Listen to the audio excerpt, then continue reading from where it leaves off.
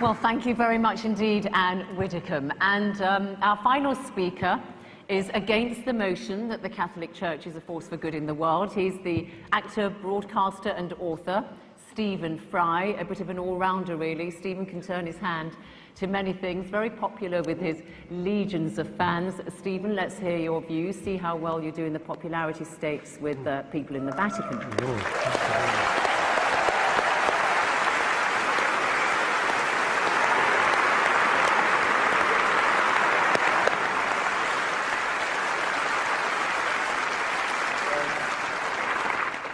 Ladies and gentlemen, there are occasions, as Gwendolen remarked, in The Importance of Being Earnest, when it becomes more than a moral duty to speak one's mind, it becomes a pleasure.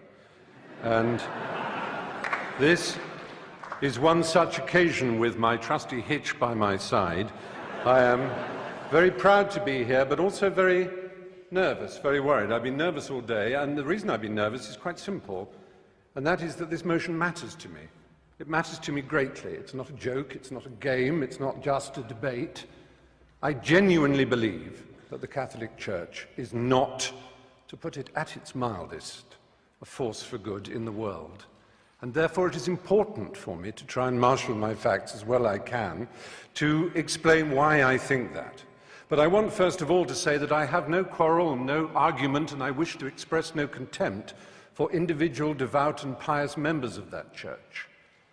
They are welcome to their sacraments, they're welcome to their reliquaries and to their Blessed Virgin Mary. They're welcome to their faith, to the importance they place in it, to the comfort and the joy that they receive from it. All of that is absolutely fine by me. It would be impertinent and wrong of me to express any antagonism towards any individual who wishes to find salvation in whatever form they wish to express it. That, to me, is sacrosanct as much as any article of faith is sacrosanct to anyone of any church or any faith in the world. It's very important. It's also very important to me, as it happens, that I have my own beliefs. They are a belief in the Enlightenment. They are a belief in the eternal adventure of trying to discover moral truth in the world. Discover. It's a terribly important word to which we might return. It's a fight, it's an empirical fight. It's one that was begun in the middle of the last millennium. It's given the name the Enlightenment.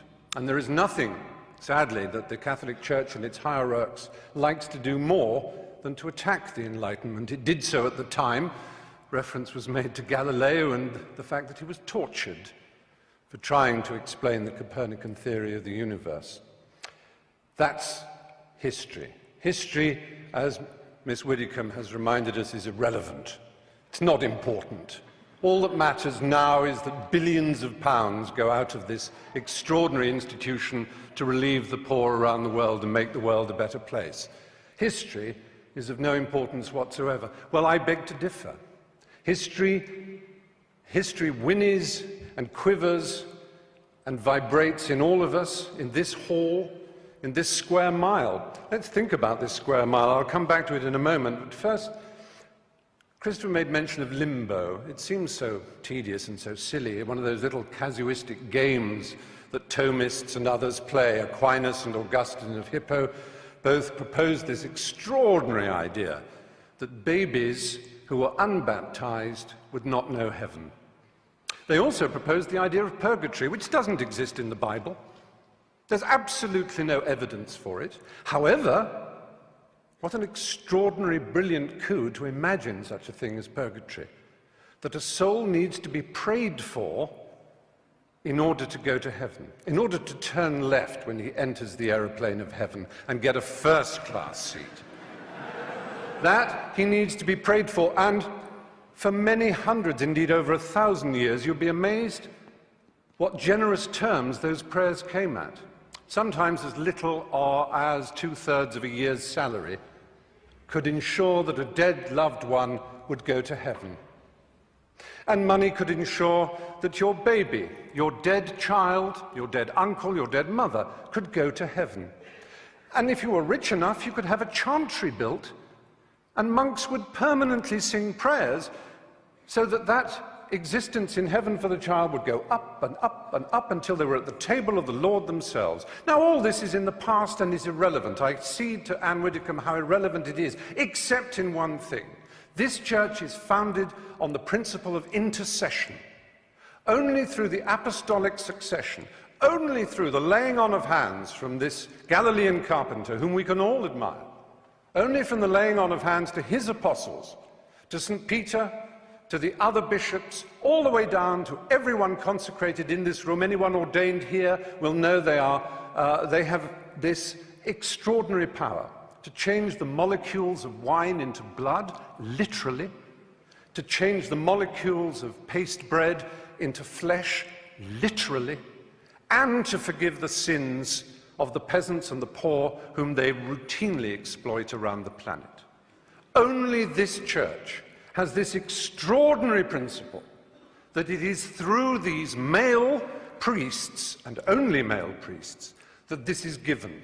It is a doctrinal fact. It is more than a doctrinal fact, it is a dogma. Extra ecclesiam nulla salus. Outside the church, there is no salvation.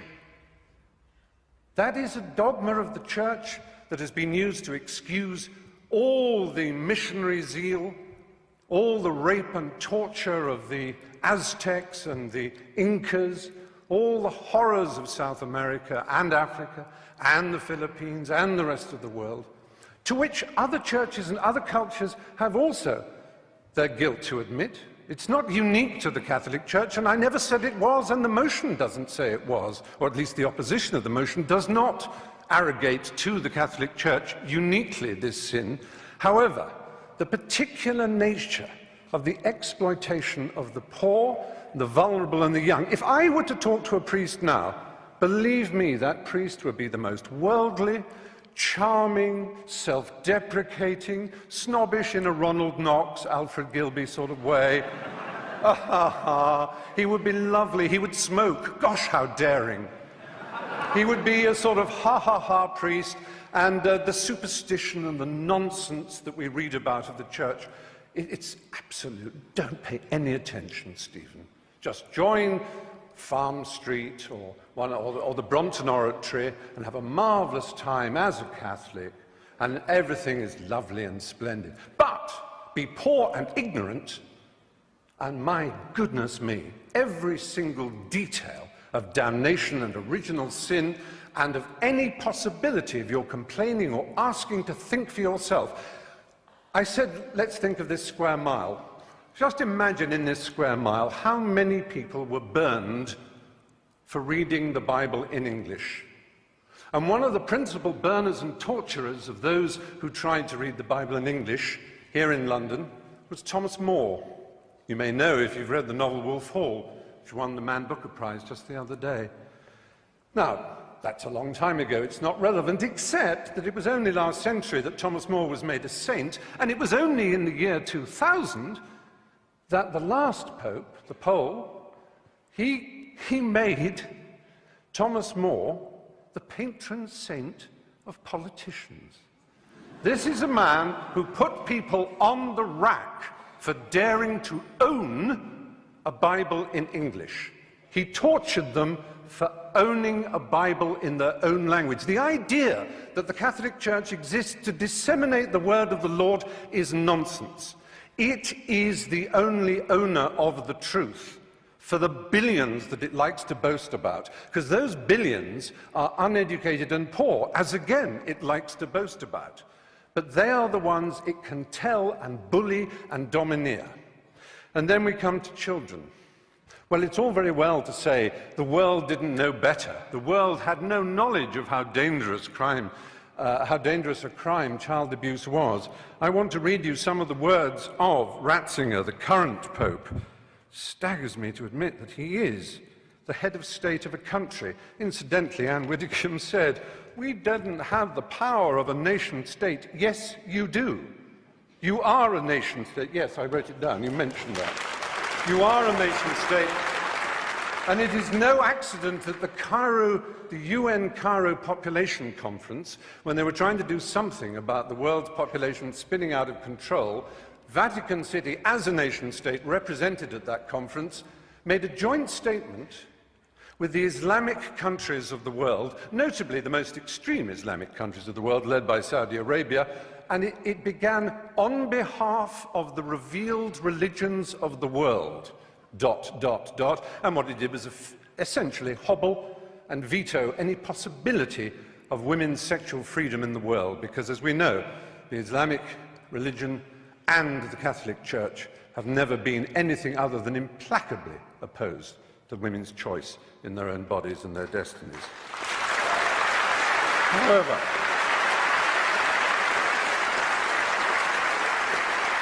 so Ratzinger in 2003 he was prefect, I'm not making this up, he was prefect of the Congregation of the Doctrine of the Faith. And it was his job to deal with the child abuse scandal that was brewing. His first act was to write a letter to Catholic bishops ordering them, on pain of excommunication, not to talk to the police or anyone else. Investigations should be handled, he wrote, and I'm quoting that letter, in the most secretive way, restrained by perpetual silence. The Mexican founder of the Legion of Christ movement, Maciel Degollado, was protected from his own catalogue of child abuse, which is horrific. One cannot put on trial so close a friend of the Pope, said Ratzinger. When the allegations could no longer be denied, Maciel was sentenced to a life of prayer and penitence. And Ratzinger described the whole affair, and that of Bernard Law of Boston, to which my colleague also referred, as causing suffering for the Church and for me personally. He also said the answer would be to stop homosexuals from being allowed into the Church. Now, it's perhaps unfair of me as a gay man to moan that this enormous institution, which is the largest and most powerful church on earth, has over 1 billion, as they like to tell us, members, each one of whom is under strict instructions to believe the dogmas of the Church, but may wrestle with them personally, of course. It's a little hard for me to know that I am disordered, or again, to quote Ratzinger, that I am guilty of a moral evil simply by fulfilling my sexual destiny as I see it. It's hard for me to be told that I'm evil, because I think of myself as someone who is filled with love, whose only purpose in life was to achieve love, and who feels love for so much of nature and the world and for everything else, and who, like anybody decent and of an education, realizes that in order to achieve and receive love, it's a struggle. It's not one that needs a pope to tell you how to do it. It certainly isn't one who needs a pope to tell you that you're evil. With 6% of all teenage suicides being gay teenage suicides, we certainly don't need the stigmatization, the victimization that leads to the playground bullying when people say you're a disordered, morally evil individual. That's not nice. It isn't nice.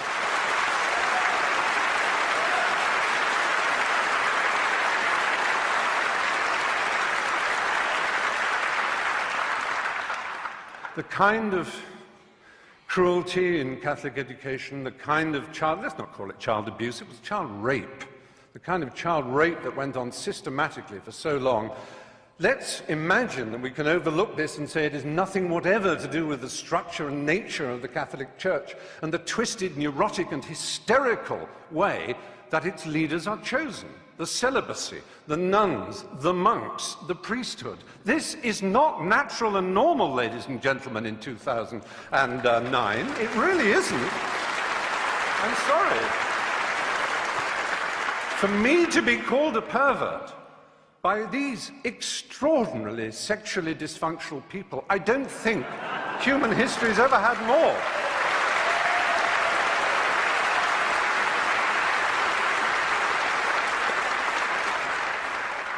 I have to say, this is not a problem that necessarily is permanent. I like to believe that in 10 years' time I could come back and argue the opposite, even though I've talked about the history and the structural problems of this. benighted institution, and the cruelty and the unpleasantness it has caused around the world, I have yet to approach one of the subjects dearest to my heart. I've made 3 documentary films on the subject of AIDS in Africa. My particular love is the country of Uganda. It's one of the countries I love most in the world. Been there many times. I've interviewed Yoweri Museveni and his wife Janet before, unfortunately, she suddenly saw God. There was a period when Uganda had the worst incidence of HIV/AIDS in the world. I went to Rakai, the village where it was first spotted. But through an amazing initiative called ABC, abstinence, be faithful, correct use of condoms, those 3, I'm not denying that abstinence is a very good way of not getting AIDS. It really is. It works. So does being faithful. But so do condoms. And do not deny it. And this Pope, not satisfied with saying condoms are against our religion, please consider first abstinence, second being faithful to your partner, he spreads the lie that condoms actually increase the incidence of AIDS. He actually makes sure that aid is conditional on saying no to condoms. I have been to, there's a hospital in Bwindi in the west of Uganda where I do quite a lot of work. It is unbelievable, the pain and suffering you see. Now, yes, it is true, abstinence will stop it. It's the strange thing about this church. It is obsessed with sex. Absolutely obsessed. Now, they will say, we with our permissive society and our rude jokes are obsessed. No, we have a healthy attitude. We like it, it's fun, it's jolly, because it's a primary impulse. It can be dangerous and dark and difficult. It's a bit like food in that respect, only even more exciting. The only people who are obsessed with food are anorexics and the morbidly obese. And that, in erotic terms, is the Catholic Church in a nutshell.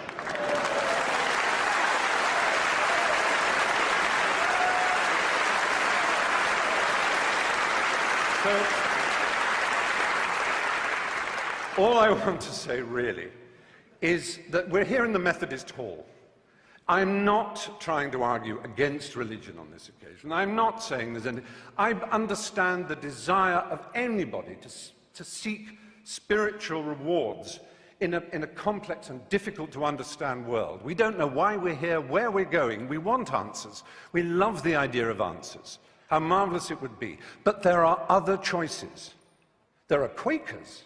Who could possibly quarrel with a Quaker? With their pacifism, with their openness, with their ease, with their simplicity, with their refusal to tell anybody what's a dogma and what isn't, even with Methodists also.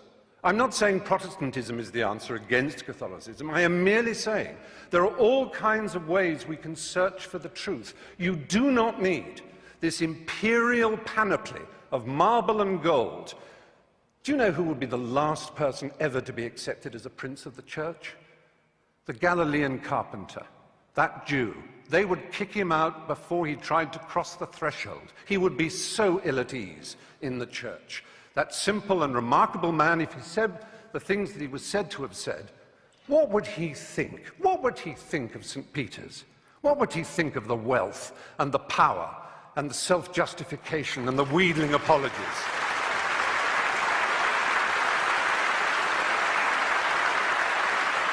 What would he think of a man who calls himself the father, a celibate who dared to lecture people on what family values are? What would he think of any of that? He would be horrified. But there is a solution. There is an answer. There is redemption available for all of us and any one of us. And for the Catholic Church, funnily enough, I think it's a novel by Morris West. The Pope could decide that all this power, all this wealth, this hierarchy of princes and bishops and archbishops and priests and monks and nuns could be sent out in the world with money and art treasures to put them back in the countries that they once raped and violated, whose original systems of animism and belief and simplicity they told would take them straight to hell. They could give that money away, and they could concentrate on the apparent essence of their belief. And then I would stand here and say the Catholic Church may well be a force for good in the world. But until that day, it is not. Thank you.